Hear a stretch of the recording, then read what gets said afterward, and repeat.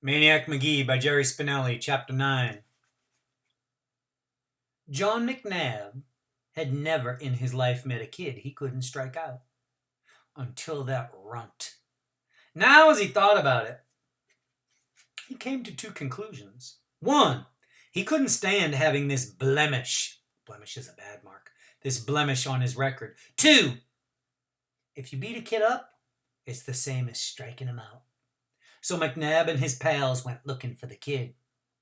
They called themselves the Cobras. Nobody messed with the Cobras.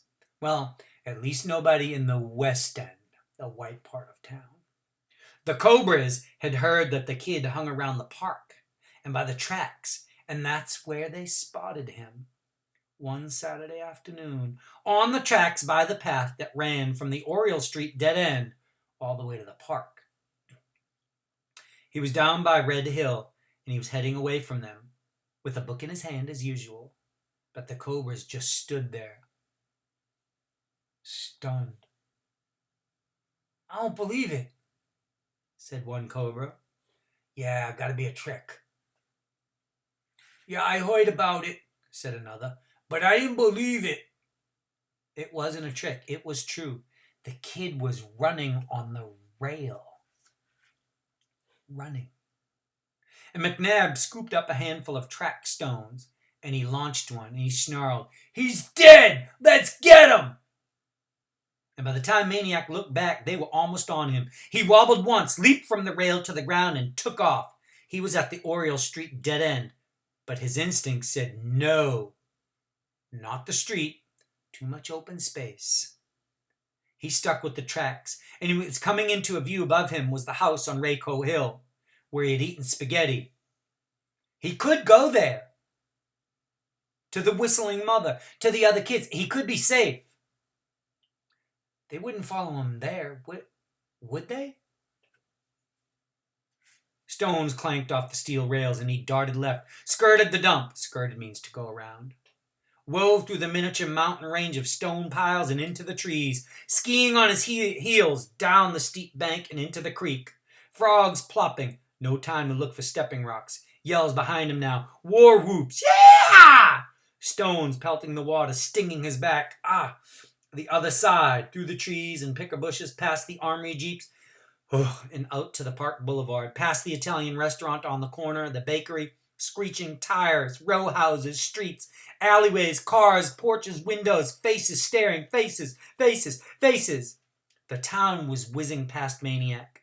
It was a blur of faces, each face staring from its own window, each face in its own personal frame, its own house, its own address.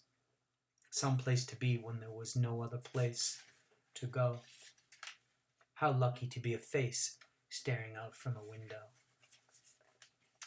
And then, could it be? The voices behind him were growing faint. He slowed down, turned, and stopped. They were lined up at a street a block back. They were still yelling and shaking their fists, but they weren't moving off that curb. And now they were laughing. Why were they laughing?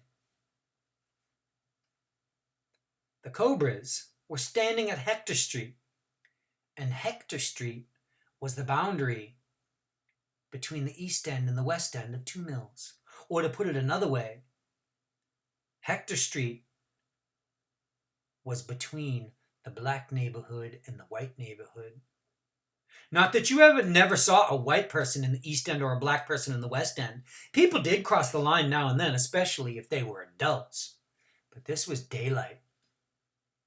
Nighttime, you can forget it. And if you were a kid, day or night, you better forget it.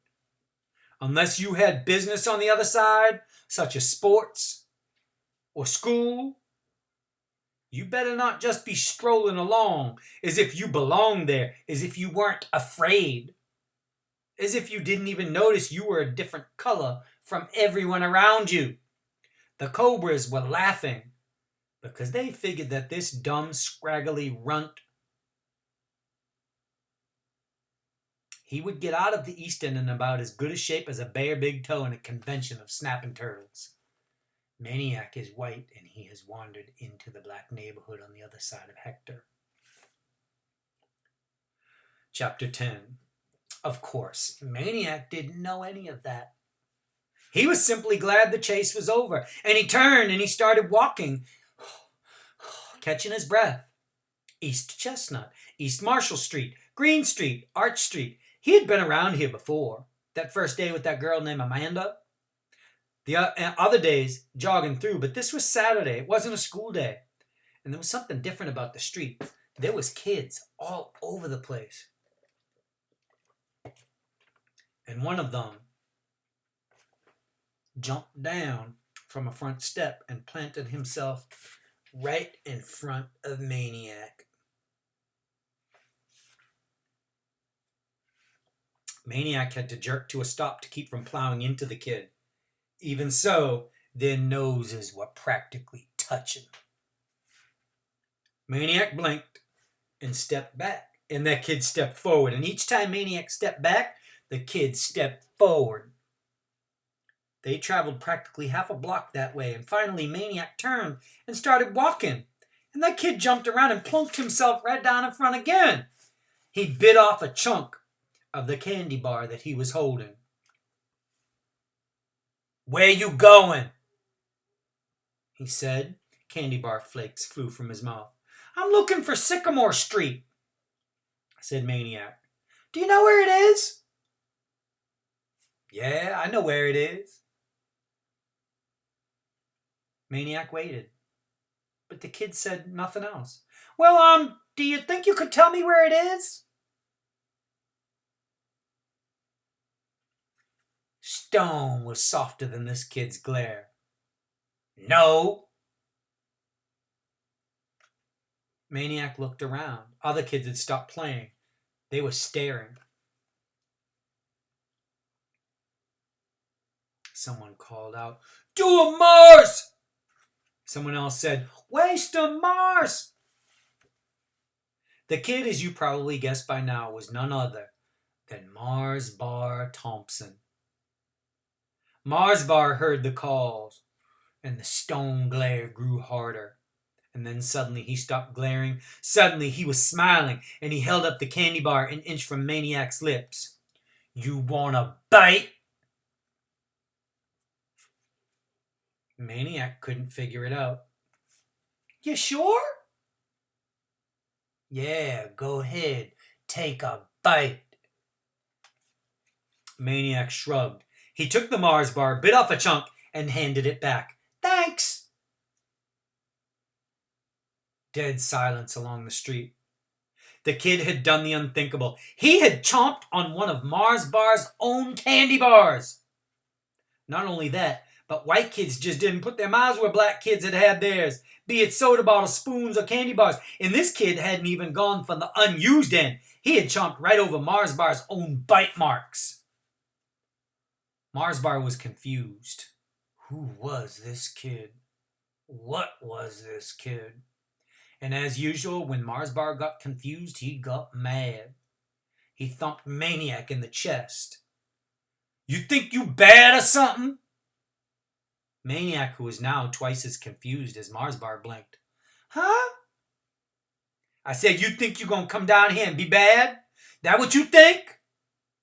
Mars Bar was practically shouting now. "No, I don't think I'm bad. I'm not saying I'm an angel either. I'm not even real good. Somewhere in between, I guess." Side note, he doesn't understand the meaning of the word bad, which is cool, tough. Mars Bar jammed his arms downward, stuck out his chin, and sneered. "Am I bad?" Maniac was befuddled. I don't know. One minute you're yelling at me, and the next minute you're giving me a bite of your candy bar." The chin jutted out more. "Tell me I'm bad." Maniac didn't answer. The flies stopped buzzing. "I said, tell me I'm bad." Maniac blinked and shrugged. It's none of my business if you're bad. Let your mother or father tell you." Now it was Mars Bar doing the blinking, the stepping back, trying to sort things out. And after a while, he looked down. "What's that?" Before Maniac answered a book, Mars Bar had snatched it from his hand. "This ain't yours," he said, and he flipped through some pages. Looks like mine." "No, it's somebody else's." "Well, it's mine, and I'm keeping it." With rattlesnake speed, Maniac snatched the book back, except for one page which stayed ripped in Mars Bar's hand. "Give me the page," said Maniac. Mars Bar grinned. "Take it, fish belly." Side note, he calls him fish belly because a fish's belly is usually white. He's trying to use a racial slur. Silence. Eyes. The flies were waiting like East End vultures. Suddenly, neither could see the other because a broom came down like a straw curtain between their faces, and a voice said, "I'll take that." It was the lady from the nearest house. She was out to sweep her steps. She lowered the broom, but kept it between them. "Better yet," she said to Mars Bar, "give it back to him." Mars Bar glared up at her.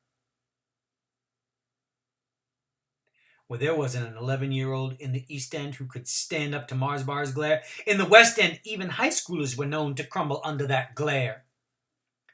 To old ladies on both sides of Hector Street, that glare was all but fatal.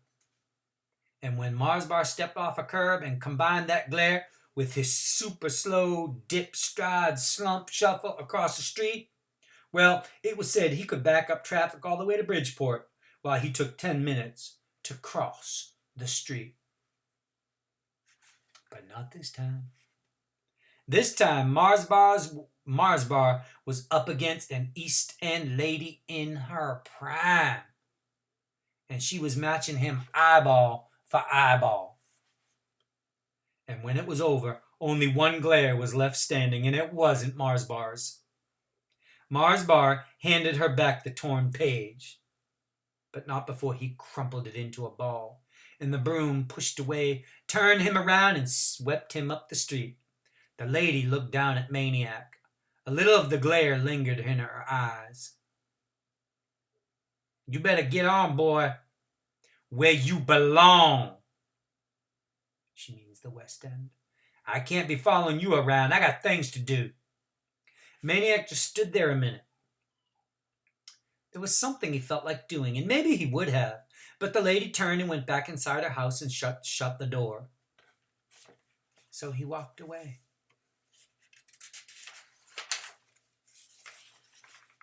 Now what? Chapter 11. Now what? Maniac uncrumpled the page, flattened it out as best he could. How could he return the book to Amanda in this condition? He couldn't. But he had to. It was hers, and judging from that morning, she was pretty finicky about her books. What would make her madder, to not get the book back at all, or to get it back with a page ripped out? Maniac cringed at both prospects. He wandered around the East End, jogging slowly, in no hurry now to find 728 Sycamore Street. He was passing a vacant lot when he heard an all too familiar voice. "Hey, fish belly!"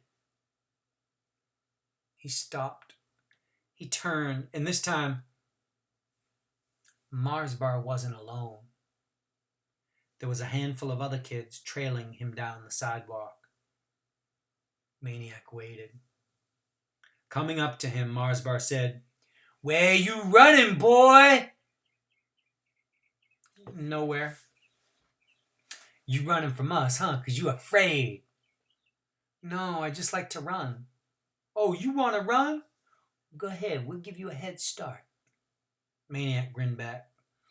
"No, thanks." Mars Bar held out his hand. "Give me my book." Maniac shook his head. Mars Bar glared. "Gimme it." Maniac shook his head. Mars Bar reached for it and Maniac pulled it away. They moved in on him now. They backed him up. Some high schoolers were playing basketball up the street, but they weren't noticing. And there wasn't a broom-swinging lady in sight to save him. And Maniac felt a hard flatness against his back. And suddenly his world was very small and very simple. A brick wall behind him. A row of scowling faces in front of him. He clutched the book with both hands. The faces were closing in on him. That's when a voice called out, "That you, Jeffrey?" The faces parted, and at the curb was a girl on a bike. Amanda. She hoisted that bike to the sidewalk, and she walked it over. She looked at the book and at the torn page. "Who ripped my book?" Mars Bar pointed at Maniac. "He did." Amanda knew better. "No, you ripped my book." Mars Bar's eyes went big as headlights. "I did not." "You did. You lie." "I didn't." "You did." She let the bike fall to Maniac and she grabbed that book and started kicking Mars Bar in his beloved sneakers. "I got a little brother and a little sister that crayon all over my books, and I got a dog that eats them and poops on them, and that's just inside my own family, and I'm not gonna have nobody else messing with my books. Do you understand me?" And by then, Mars Bar was hauling up the street past the basketball players who were rolling on the ground with laughter. Amanda took the torn page from Maniac. To her, that page was like a broken wing of a bird, a pet left out in the rain. She turned misty eyes to Maniac. "It's one of my favorite pages." Maniac smiled. "We can fix it." The way he said it, she believed him. "You want to come to my house?" she said. "Sure."